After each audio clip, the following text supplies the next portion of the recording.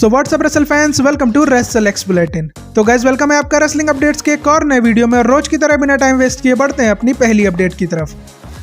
सबसे पहली अपडेट जुड़ी है इवोल्यूशन पीएलई से, जिसको लेकर WWE का वुमेन्स लॉकर रूम काफी ज्यादा डिमोटिवेटेड है। ऐसा इसलिए क्योंकि इवोल्यूशन पीएलई की टिकट सेल्स काफी लो प्राइस पर रखी गई थी, लेकिन फिर भी शो अभी तक सोल्ड आउट नहीं हो पाया है। जिसके पीछे का मेन रीजन है ट्रिपल एच और उनकी क्रिएटिव टीम, क्योंकि इन लोगों ने इस शो के लिए ना तो कोई बढ़िया स्टोरी लाइन बिल्ड की है और ना ही इस शो को अच्छे से प्रमोट किया गया है, क्योंकि क्रिएटिव टीम का पूरा ध्यान तो सैटरडे नाइट मेन इवेंट के शो पर है। और तो और इवोल्यूशन को ऐसे वीकेंड पर रखा गया है जिसमें अटलांटा में कॉन्सर्ट भी होने वाला है और साथ ही AEW का ऑल इन टेक्सास शो भी उसी दिन होने वाला है, जिसकी वजह से रेसलिंग फैंस का इंटरेस्ट इवोल्यूशन पीएलई पर से कम हो गया है। और इसी वजह से WWE के वुमेन्स लॉकर रूम को ये डर है कि इवोल्यूशन की लो टिकट सेल्स का जिम्मेदार उन्हें ठहराया जाएगा और अगर इस बार इवोल्यूशन पीएलई फेल हो जाता है तो फिर अगली बार से WWE इसे ड्रॉप भी कर देगी। और मेरे हिसाब से तो अब टिकट सेल्स चाहे जैसी भी हुई हो, बट ट्रिपल एच को इवोल्यूशन के लिए कोई ना कोई बड़ा सरप्राइज तो जरूर प्लान करना चाहिए, क्योंकि इससे सोशल मीडिया पर इवोल्यूशन को काफी ज्यादा सक्सेस मिल सकती है। नहीं तो फिर इवोल्यूशन पीएलई के फ्लॉप होने के काफी ज्यादा चांसेस हैं।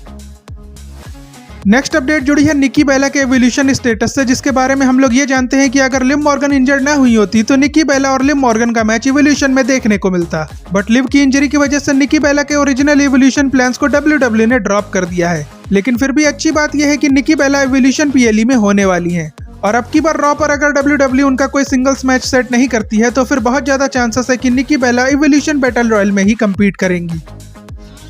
अगली अपडेट जुड़ी है साइको क्लाउन से, जिनके बारे में मैंने आपको कुछ दिन पहले बताया था कि WWE इनको साइन करने में इंटरेस्टेड है और अब यह ऑफिशियल हो चुका है कि साइको क्लाउन WWE के साथ काम करने वाले हैं। ऐसा इसलिए क्योंकि रिसेंटली मेक्सिको के शो में साइको क्लाउन का मैच होने वाला था, जिसके पहले ये अनाउंस कर दिया गया कि यह साइको क्लाउन की आखिरी अपीयरेंस होने वाली है, क्योंकि साइको क्लाउन की अगली डेस्टिनेशन WWE है, जिससे ये कंफर्म हो गया है कि साइको क्लाउन बहुत जल्द WWE में डेब्यू करने वाले हैं। और अब देखना ये इंटरेस्टिंग होगा कि WWE उन्हें NXT पर डेब्यू कराती है या फिर सीधे उन्हें मेन रोस्टर पर लाया जाता है।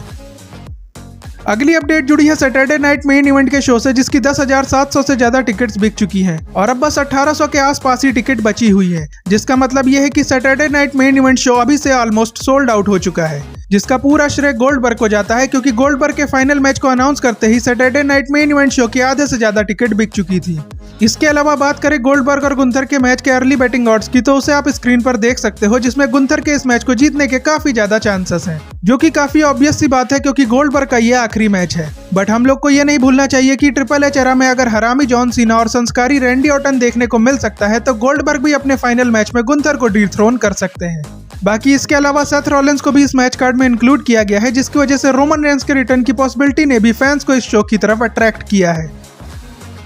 नेक्स्ट अपडेट रिलेटेड है AEW स्टार केनी ओमेगा से, जिन्होंने अपने लेटेस्ट इंटरव्यू में अपने रिटायरमेंट को टीज किया है, जिसमें उन्होंने कहा है कि 2 डेकेड्स तक लगातार हार्डकोर रेसलिंग करने की वजह से उनकी बॉडी में कई सारी इंजरी हो चुकी है, जिसकी वजह से उन्हें भी ये बात पता है कि उनकी बॉडी अब ज्यादा टाइम तक इस प्रोफेशन में सरवाइव नहीं कर पाएगी और केनी ओमेगा के रेसलिंग करियर का एंड नियर है, जिसकी वजह से आने वाले टाइम में उनकी अपीयरेंस में भी कमी हम लोगों को देखने के लिए मिलेगी, जिसका मतलब यह है कि आने वाले टाइम में केनी ओमेगा भी पार्ट टाइमर की तरह काम करेंगे और फिर एक मोमेंट ऐसा आएगा जहां पर केनी ओमेगा भी रिटायरमेंट अनाउंस कर देंगे। जिसमें सबसे ज्यादा दुख की बात तो यह है कि केनी ओमेगा जैसा शानदार प्रो रेसलर अब WWE में कभी भी काम नहीं कर पाएगा, क्योंकि AEW ज्वाइन करने के पहले विंस उन्हें कंपनी में लाना चाहते थे, बट केनी ओमेगा ने AEW को चुन लिया, नहीं तो आज AJ स्टाइल्स की तरह केनी ओमेगा भी WWE का पार्ट होते। बट अब मुझे नहीं लगता कि इस एज में WWE उन्हें साइन करने में बिल्कुल भी इंटरेस्टेड होगी। नेक्स्ट अपडेट जुड़ी है वाइट 6 की नई फ्यूड से, जो आने वाले टाइम में हम लोगों को स्मैकडाउन पर देखने को मिल सकती है, जिसके बारे में ऐसी रिपोर्ट सामने आ रही है कि वाइट 6 जब टैग टीम चैंपियंस बन जाएंगे और सोलो सिकोवा और जेकब फाटू की फ्यूड एंड हो जाएगी तो फिर WWE सोलो सिकोवा की MFT और वाइट 6 की फ्यूड को स्मैकडाउन पर स्टार्ट करेगी। ऐसा इसलिए क्योंकि सोलो सिकोवा और जेकब फाटू की फ्यूड के बाद solo Sikoa tag team championship को भी अपने ग्रुप में लाने के लिए टारगेट करेंगे, जिसकी वजह से इन दोनों बड़े ग्रुप्स के बीच हम लोगों को फ्यूड देखने को मिलेगी, जो कि काफी ज्यादा इंटरेस्टिंग फ्यूड होगी, क्योंकि इसमें अंकल हाउडी भी हम लोगों को एक्शन में देखने को मिलेंगे और फिर क्या पता solo Sikoa tag team championship के चक्कर में अपनी US चैंपियनशिप को ही अंकल हाउडी से हार जाए।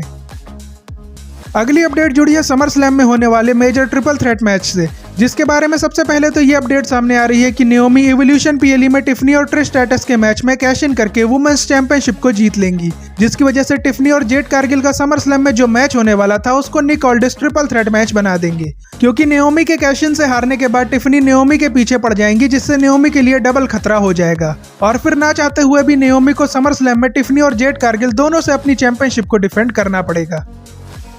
अब बढ़ते हैं अपनी फाइनल अपडेट की तरफ, जो जुड़ी है कोडी और सीना के समर स्लैम मैच से, जिसको लेकर ऐसी अपडेट सामने आ रही है कि ट्रिपल एच इस मैच में आने वाले टाइम में कुछ ना कुछ चेंजेस तो जरूर करेंगे। ऐसा इसलिए क्योंकि ये मैच जब से WWE ने ऑफिशियल किया है तभी से फैंस इस मैच को क्रिटिसाइज कर रहे हैं। ऐसा इसलिए क्योंकि रेसलमेनिया में इन दोनों का मैच काफी ज्यादा स्लो पेस वाला मैच था, जिससे फैंस अभी तक डिसअपॉइंटेड हैं और इसीलिए फैंस एक बार फिर से वो बोरिंग मैच को नहीं देखना चाहते। और हम लोगों को ये पता है कि ट्रिपल एच और उनकी क्रिएटिव टीम सोशल मीडिया पर फैंस के रिएक्शन को इग्नोर नहीं करती है, जिसकी वजह से आने वाले टाइम में ट्रिपल एच इस मैच में कुछ ना कुछ चेंजेस तो जरूर करेंगे, जिसमें से सबसे पहला चेंज तो यही हो सकता है कि इस मैच में लास्ट मैन स्टैंडिंग जैसी स्टिपुलेशन को ऐड किया जाए, जिससे इस मैच की लेंथ और ब्रूटैलिटी दोनों बढ़ जाएगी। और दूसरा चेंज ये हो सकता है कि ड्रू मैकिंटायर और रैंडी ऑर्टन में से जो भी सैटरडे नाइट मेन इवेंट में जीते उसे किसी न किसी तरह से इस मैच में इंक्लूड किया जाए, ताकि इस मैच पर से बोरिंग वाला टैग हट सके और इससे जॉन सीना के टाइटल रेन पर खतरा और भी ज्यादा बढ़ जाएगा, जो कि फैंस को इस मैच की तरफ अट्रैक्ट करने के लिए काफी बढ़िया रहेगा, जिसकी वजह से ट्रिपल एच को इन दोनों में से एक चेंज तो डेफिनेटली करना चाहिए।